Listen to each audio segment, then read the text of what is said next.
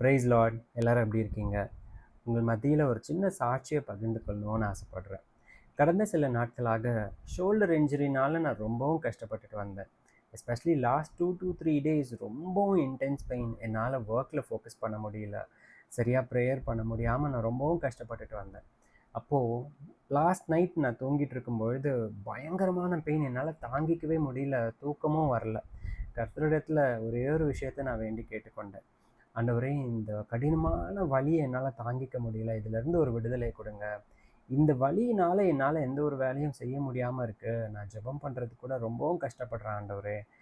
யார் முன்னாடியும் இந்த சாட்சியை நான் இழந்து போயிடக்கூடாது. என்னை எப்படியாவது இந்த வழியிலேருந்து விடுவீங்க. நான் உமக்கென்று நான் சாட்சியாக இருப்பேன் ஆண்டவரே அப்படின்னு சொல்லும் பொழுது கர்த்தர் எனக்கு நித்திரையை கொடுத்தார்.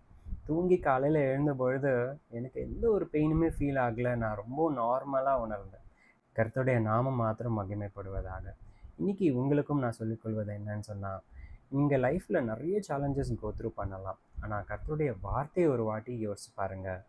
ஆபத்து நாட்களிலே அவன் என்னை நோக்கி கூப்பிடுவான், நான் அவனுக்கு மறு உதரவு அருளி செய்வேன். நீங்கள் உண்மையாக கர்த்தரை தேடுறீங்கன்னு சொன்னால், நீங்கள் ஆபத்து நாட்களில் கூப்பிடும் பொழுது கர்த்தர் நிச்சயமாய் உங்களுடைய ஜெபத்தை கேட்பார்.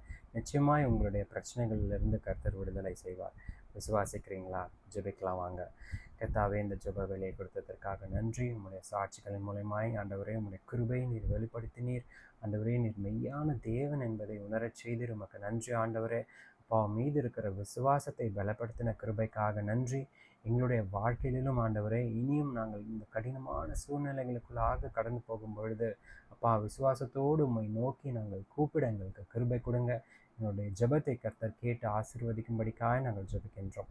மீட்பர் இயேசுவின் மூலம் ஜெபம் கேளும் எங்கள் ஜீவனுள்ள நல்ல பிதாவே. ஆமென். God bless you.